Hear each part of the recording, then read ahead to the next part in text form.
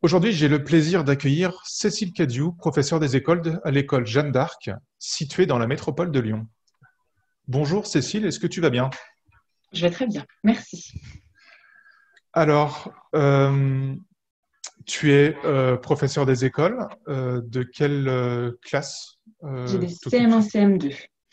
D'accord. Et du coup, ça représente quelle tranche d'âge? CM1, C'est CM2? entre 9 ans et 11 ans. Bon, et 11 ans. D'accord. Et depuis combien de temps tu es institutrice? Tu es C'est la, professeure des écoles? c'est la 6e année.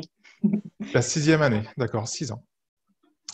Donc j'ai voulu te rencontrer aujourd'hui parce que ton école a mis en place rapidement une plateforme Chamilo dans le cadre de la continuité pédagogique. Et j'ai cru comprendre que tu étais la référente Chamilo pour donc du coup l'école primaire.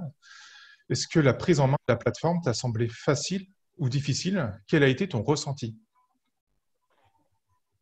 La prise en main a été plutôt facile. C'était possible de faire simple, d'utiliser tout de suite les outils dont on avait besoin assez rapidement. Après, ce qui a été parfois un peu plus difficile, c'est quand il a fallu creuser un peu plus loin, notamment quand il a fallu expliquer entre la session, le cours et puis le groupe classe, où là, du coup, parfois, c'était un peu flou et c'était aussi pas forcément j'allais dire pas forcément adapté, mais c'est pas le bon mot. En tout cas, c'était pas l'usage pour lequel on avait besoin tout de suite, quoi. Mais c'était la prise en main, en tout cas, était facile parce qu'on pouvait utiliser les outils qu'on avait à portée de main assez facilement, quoi. Oui, donc la prise en main était difficile. En même temps, elle a été très rapide, hein, moins de 24 heures après l'annonce du confinement. Donc, c'était le vendredi. Le lundi, vous étiez déjà sur la plateforme, ou le mardi, je ne sais plus, Oui. sur la plateforme. Et du coup, donc c'est vrai que c'est une prise en main très, très rapide, sans aucun prérequis. Donc, du coup, tu étais toi la référente parce que tu avais une facilité vis-à-vis des logiciels, ou c'est juste un choix volontaire ou... Ça s'est fait comme ça. Je suis la directrice adjointe, on va dire. Donc, du coup, j'aide la directrice quand il y a des besoins. C'est moi qui la remplace quand elle n'est pas là à l'école. Et là, voilà, elle avait besoin de ce soutien. Je n'ai pas forcément d'aide particulière dans les différents logiciels, mais voilà, je me débrouille à peu près en informatique. Et du coup, ça s'est fait comme ça. D'accord. J'étais un peu là au moment de la formation et du coup, j'ai pris la formation qui nous a été donnée et après, je l'ai transmise aux collègues. D'accord, donc tu as tout de suite été sur les problèmes de terminologie de la plateforme Chamilo en termes session, espace de cours qui n'était pas très clair pour l'adapter en fait, au modèle école primaire. Est-ce que, tout d'abord, est-ce que tu as trouvé des avantages quand même à la solution Chamilo LMS Ah oui. dans ce cadre très particulier qui est la formation à distance? Je ne sais pas si on peut appeler ça formation à distance, puisque c'est continuité pédagogique, mais formation à distance, ça rejoint. Ah, il y a plein d'avantages. Déjà, en termes d'outils, il y a énormément d'outils disponibles sur la plateforme. On peut faire des tests directement en ligne. Il y a toute la partie agenda, la partie visioconférence dont on s'est servi un petit peu aussi. C'est très complet. Il y a énormément d'outils et c'est vrai que cette richesse-là, ça a permis que j'approprie la plateforme un peu comme elle pouvait, comme elle voulait aussi, et utilise les outils qui lui parlaient et qui lui paraissaient les plus pertinents. Je sais qu'il y a des collègues qui n'utilisent quasiment plus que les tests en ligne, qui font quasiment plus que ça, alors que d'autres continuent à juste ça, simplement, enfin, oui, c'est pas juste qu'elle continue, elle dépose des documents et puis les élèves renvoient aussi. Donc, moi, ce qui m'a vraiment plu dans cette plateforme-là, c'est ça, c'est la richesse d'utilisation possible, parce qu'on peut finalement l'adapter à tous les besoins et à toutes les manières de fonctionner. D'accord. Est-ce que tu as, toi personnellement, en tant que professeur des écoles, est-ce que tu as réussi ce qui avait déjà été engagé avec tes élèves euh, à travers la continuité Oui, pédagogique? oui, oui. Alors, il a fallu adapter, évidemment, mais oui, j'ai réussi à garder la plupart de mes supports, la plupart des contenus que j'ai donnés à mes élèves. C'est tout des choses que j'ai adaptées de mes différents fonctionnements en classe, voilà, en modifiant forcément. Mais oui, j'ai vraiment réussi à garder sensiblement le même fonctionnement. Est-ce que les élèves voilà, ils ont réussi, ils n'ont pas eu de difficulté en fait avec le fait d'avoir un login, un mot de passe Non. Non, d'accord. Non, non, aucune difficulté. Il y en a, sur la très grosse majorité des élèves, il n'y a pas eu de difficulté. Je recevais des mails quand il y avait des problèmes et sur les 200, je crois qu'on a 200 élèves qui se sont connectés sur la plateforme, peut-être un peu plus. J'ai reçu une quinzaine de mails, pas plus. Donc, il y a eu vraiment très peu de difficultés. Quelle relation les parents ont eu avec la plateforme Chamilo? Est-ce que les enfants se sont tous débrouillés tout seuls ou les parents étaient-ils derrière des fois? C'est quoi à peu près ton ressenti là-dessus? Moi, mes élèves, les CM1, CM2, ça a plutôt été, c'est eux qui se sont débrouillés globalement. Il y a certaines familles dans lesquelles les parents ont été très présents, mais globalement, ils ont plutôt pris en main la plateforme eux-mêmes. Et du coup, même dans ma manière de communiquer à la maison directement par les enfants. Via la messagerie, j'écrivais directement aux enfants. Par contre, je sais que dans les plus petites classes, c'est beaucoup les parents qui se sont investis parce que pour les enfants, c'est plus difficile à partir du CP, CE1, CE2 encore limite, je pense. Il y a certaines familles dans lesquelles les enfants n'étaient pas capables d'appréhender l'outil tout seul et puis, ce n'était pas forcément pertinent non plus. Donc, voilà, je pense que ça dépend beaucoup des tranches d'âge. Ouais, d'accord. Donc, sur la tranche d'âge, en fait, naturellement, ça va utiliser la plateforme sans vraiment être confronté à des problèmes, en fait, hein, finalement. Il y en a qui ont fouillé un peu quand même et qui ont envoyé quelques messages de SOS. C'est que j'ai dû appeler régulièrement pour dire maîtresse, je trouve pas ça, je trouve pas ça, alors que finalement, il fallait juste les guider. Il y en a quand même certains pour qui ça a été un petit peu compliqué de trouver, alors que objectivement, c'est quand même assez intuitif. Et puis, j'expliquais bien à chaque fois, il faut aller dans l'espace parcours, etc. Et il y avait des enfants pour qui, voilà, c'était. Je pense que la lecture de consignes est à retravailler pour certains. Est-ce que tu as utilisé les fonctionnalités de chat live et de forum de Chamilo? Les forums, j'ai essayé de mettre en place, mais ça n'a pas pris. Mes élèves, je ne sais pas si c'est qu'ils n'ont pas compris le fonctionnement ou si c'est qu'ils l'ont pas. Voilà. En tout cas, ça n'a pas pris du tout. Ils ne se sont pas du tout servis. Et le chat live, on s'en est pas servi, non. D'accord. Il y a une fonction de réseau social dans Chamilo. Est-ce que le réseau social a fonctionné? Les enfants s'en sont servis, oui. C'était pas forcément toujours simple. Bon, en tout cas, nous, je ne sais pas trop, comme ils sont petits, en termes de filtre un peu, voilà, ça faisait un peu comme une récréation à cet endroit-là, comme une cour de récréation, mais par écrit. Et du coup, c'est vrai que je jetais un œil de temps en temps sur certains réseaux sociaux de certains enfants, mais voilà, je ne sais pas trop comment ça a été géré, notamment au niveau des familles. Je pense que là, c'est vraiment clairement l'endroit où les parents avaient besoin de jeter un œil pour être sûr voilà, que tout allait bien. Et je ne sais pas trop, mais je sais qu'ils s'en sont servis et qu'ils étaient contents de pouvoir s'écrire par là et de pouvoir garder le lien, un peu comme dans une cour de récréation. D'accord, c'est intéressant, ouais, comme quoi en fait ils arrivent maintenant, ils sont déjà habitués aux réseaux sociaux plus que le forum. On est déjà passé à une autre époque. Quelle part des enseignements est encore aujourd'hui assurée à distance? Est-ce que vous avez gardé par exemple les devoirs sur la plateforme? Est-ce qu'il y a encore des élèves qui ne sont pas totalement rentrés à l'école, qui sont restés chez eux? Tout à fait. Ouais, je pense qu'il y a à peu près un tiers des effectifs qui ne sont pas encore revenus à l'école, peut-être un petit peu plus.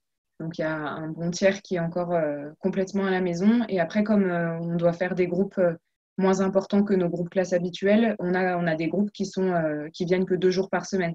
Et les enfants ne viennent au maximum par semaine. Donc, les 2 autres jours dans la semaine, c'est assuré à distance. Donc, voilà, il y a un tiers des enfants qui fait que à distance. Et après, pour les autres enfants, les 2 tiers restants, ils font la moitié des cours à distance et la moitié des cours en présentiel. Alors je ne sais pas si tu connais des enseignants qui sont éloignés de l'outil informatique ou qui ne sont pas très à l'aise. Est-ce que ça n'a pas été pour eux la prise en main des cours sur Chamilo? Je ne sais pas si ça a été plus dur pour eux ou pour moi, mais en tout cas, ça a demandé un gros investissement et un gros accompagnement parce qu'effectivement, même si maintenant, a posteriori, elles se débrouillent très bien et elles arrivent bien à cibler l'utilisation dont elles ont besoin à nouveau, hein. Du coup, elles ne sont pas rentrées dans les détails et dans le fonctionnement, mais en tout cas, elles ont pris en main des mécanismes, rentrer des documents dans les parcours. Voilà, et des choses qu'elles ont réussi à mettre en place. Par contre, effectivement, il a fallu un petit peu de temps et beaucoup d'accompagnement pour les emmener à ça. Mais voilà, maintenant, elles sont autonomes et tout va bien. Est-ce que tu dis que tu as utilisé tes supports donc pour faire la continuité en fait, sur ce qui avait été engagé avec tes élèves. Est-ce que tu as créé aussi des nouveaux contenus? Et si oui, avec quels outils, quel réservoir de contenu tu as Euh, utilisé? Moi, j'ai pas beaucoup créé. J'ai beaucoup été chercher sur Internet des outils. C'était surtout des vidéos pour remplacer les cours d'explication, quoi. Il y a des fois, notamment en maths, où il faut qu'il y ait une explication orale pour que ce soit bien clair. Et du coup, j'allais chercher beaucoup de vidéos. Sinon, le reste, tu m'as fourni aussi un parcours sur les volcans avec, pareil, une vidéo et un test. Mais le reste, sinon, j'ai pas créé d'outils différents, en tout cas de ce que j'utilisais d'habitude en classe. Est-ce que sur l'apport de contenu, est-ce que certaines maîtresses se sont associées si elles ont le même niveau? Ou est-ce qu'elles ont chacun créé leur contenu de leur côté? Comment ça s'est passé au niveau de l'organisation des professeurs et du partage des contenus? Les partenariats qui existaient déjà avant le confinement et donc avant le travail à distance ont continué. C'était des enseignantes de l'école qui travaillaient déjà ensemble et dont les contenus étaient déjà les mêmes. Elles faisaient déjà tout leur contenu ensemble. Donc elles ont continué. Par contre, les autres, ça n'a pas créé beaucoup de coopération entre les enseignantes et chacune a un peu continué à faire ce qu'elle faisait avant, ce qui du coup était, voilà, c'était un peu dommage. On en avait parlé et puis finalement on n'a pas réussi à le mettre en place. Ça aurait demandé beaucoup de travail en commun et on n'était pas prêt, que ça a demandé beaucoup de travail individuel du coup qu'on aurait pu mutualiser. Est-ce que tu as trouvé l'enseignement à distance, toi, plus difficile que l'enseignement en présentiel? Est-ce que la charge de travail était plus importante ou moins importante que sur une classe en présentiel? C'est plus chronophage, dirons-nous. C'est parce que le temps, du coup, surtout au début, où j'avais beaucoup de mal à cloisonner entre le moment où je suis disponible pour les enfants et puis le moment où je ne le suis plus. Là, au début, ça a été très difficile parce qu'on finalement, on tout le temps, quoi. Il suffit de se connecter sur la plateforme et on peut recevoir un mail la nuit, on peut recevoir un message le week-end. Donc, au début, c'était très chronophage dans ce sens-là. Après, est-ce que c'est plus difficile ou plus facile? C'est très différent. C'est vraiment, c'est incomparable. C'est plus facile dans le sens où on a des petits groupes en face de soi quand on fait des classes virtuelles et on fait un retour individualisé aux enfants quand on leur écrit. Donc, ça permet de prendre le temps d'être avec chaque enfant individuellement. Mais c'est plus difficile aussi parce qu'il y a des enfants qu'on n'a pas ou peu touchés et qui sont restés très éloignés de l'école. Et ces enfants-là, c'est difficile de trouver comment les aider et comment les accompagner au mieux. D'accord. Tu t'as parlé des classes virtuelles.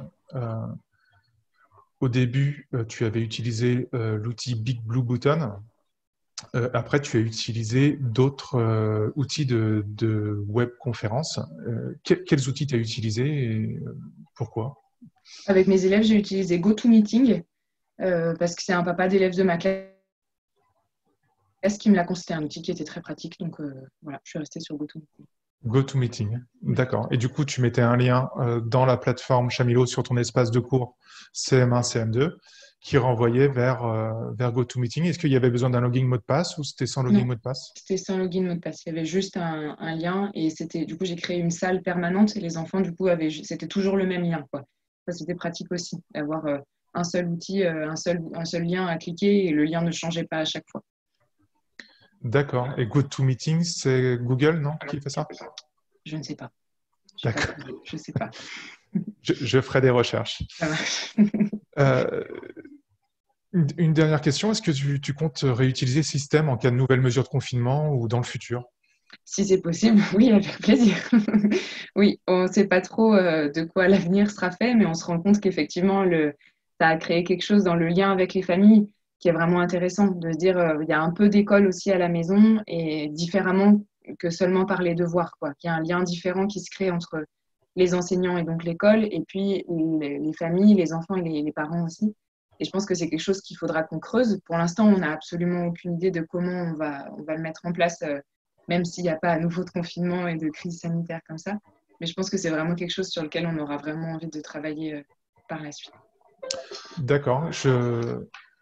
Je te remercie, Cécile. Est-ce que tu as quelque chose à ajouter?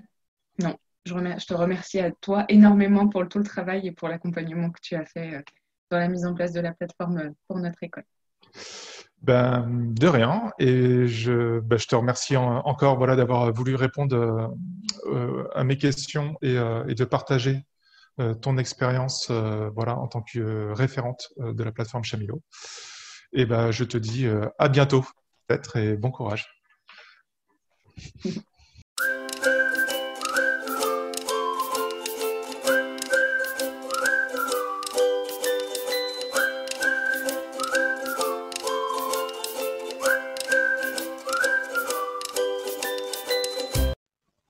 Dans ce mini tutoriel, on va voir comment insérer une image décorative en haut de notre cours.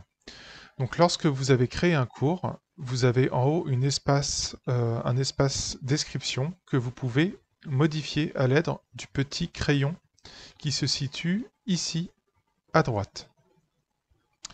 On voit ici donc qu'on a une zone d'édition, on peut ajouter du texte ou on peut ajouter des images. Nous, ce qu'on va faire, c'est qu'on va ajouter une image qui va être adaptive, c'est-à-dire qui va s'adapter automatiquement à la taille de l'écran. Donc pour faire ceci, je vais utiliser le site internet Pixabay. Alors Pixabay, c'est un site internet où il y a des images libres de droit gratuites à télécharger. Donc il y a une collection vraiment impressionnante d'images et on va essayer de trouver une image qui correspond à notre cours. Ici, on voit qu'on a une image de deux personnes qui regardent la montagne. Donc, on va prendre cette image, par exemple. Je clique dessus. Et là, je vais aller sur télécharger gratuitement. Et je vais choisir le format 1280 par 853. Et j'appuie sur télécharger. Je coche je ne suis pas un robot. Et je vais donc le télécharger dans mon dossier images. Une fois que j'ai fait ceci, je vais lancer, donc ici je suis sur Windows, un logiciel qui s'appelle paint.net que vous pouvez télécharger gratuitement. Je vais ouvrir l'image que j'ai téléchargée, fichier, ouvrir, et je vais donc sélectionner le couple qui regarde la montagne. J'ai ici une icône outils et je vais sélectionner une image rectangulaire la plus large possible qui va inclure les deux personnes et le paysage de la montagne. Une fois que j'ai fait ça, je vais dans le menu Images et je fais rogner selon la sélection. Donc là, j'ai ma bannière de cours qui est correctement détourée. Je vais dans Fichier et je fais Enregistrer sous. Et je vais l'appeler bannière B. J'enregistre. OK. Une fois que j'ai mon image qui est définie, je retourne donc dans mon cours et ma page Chamilo. Et ici, je vais aller parcourir le serveur de Chamilo. Je vais dans Mes fichiers. Et ici, je vais cliquer sur la petite disquette avec un plus pour aller chercher sur mon disque dur l'image bannière B que je viens de créer. On voit que bannière B est apparue. Je la sélectionne et je clique sur sélectionner les fichiers. Ensuite, dans les propriétés de l'image, il y a une case à cocher qui s'appelle image adaptive. J'appuie sur OK. Et là, on voit que mon image a été insérée. Je ne touche plus à rien et j'enregistre ma description. Maintenant, on voit ici que j'ai mon image qui prend toute la largeur de mon cours. Et si je rétrécis ma fenêtre, je vois que l'image s'adapte à la taille de mon écran.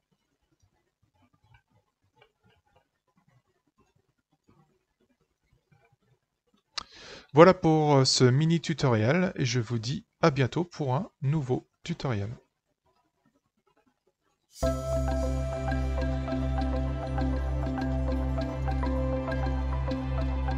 10 ans. 10 ans de partage et de rencontres. 10 ans pour encourager la transmission. 10 ans de soutien aux logiciels libres. 10 ans pour ouvrir à tous l'accès à une éducation de qualité. 10 ans d'innovation. 10 ans que Chamilo existe pour vous.